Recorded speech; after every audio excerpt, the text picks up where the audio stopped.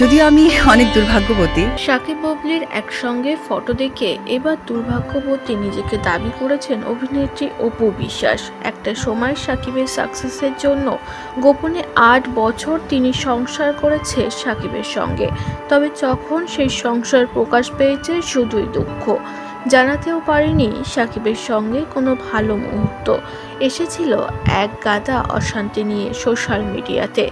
এদিকে শবনম বুবলি আবারও দ্বিতীয়বার প্রেগনেন্ট। সাকিবের জন্মদিনে সাকিবের সঙ্গে কিছু ফটো শেয়ার করে সাকিবকে ভালোবাসায় ভরিয়েছে তিনি। অপু বিশ্বাসকেও দেখা গিয়েছে ফটো শেয়ার করতে, তবে এখনকার ফটো না, বরং তার সঙ্গে সিনেমা করেছিল সেই সময় একটি পুরনো পিকচার তিনি শেয়ার করেছে। জানা গিয়েছে সাকিব অপু বিশ্বাসের সঙ্গে কোনো ফটোই তোলে না। কিছুদিন আগের সাকিবের বাড়িতে যখন ঈদ কাটিয়েছিল অপু বিশ্বাস, তখনও সাকিবের সঙ্গে কোনো ফটো শেয়ার করতে পারেনি অভিনেত্রী অপু বিশ্বাস। কারণ হিসাবে সাকিব নাকি তাকে পাত্তা দেয় না এবং সাকিব তার সঙ্গে কোনো রকম কোনো ফটো তোলে না। জয়ের জন্যই সাকিবের বাড়িতে তিনি যেতে পারেন এমনটাই গুঞ্জন লুটেছে। অথচ অপু বিশ্বাসের সঙ্গে যতটাই দূরত্ব ততটাই ঘনিষ্ঠ বুবলির সঙ্গে।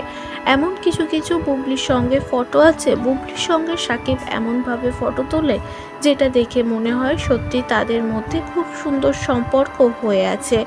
এই বিষয়গুলি দেখে এবার নিজেকে দুর্ভাগ্যবতী দাবি করেছেন অভিনেত্রী অপু বিশ্বাস।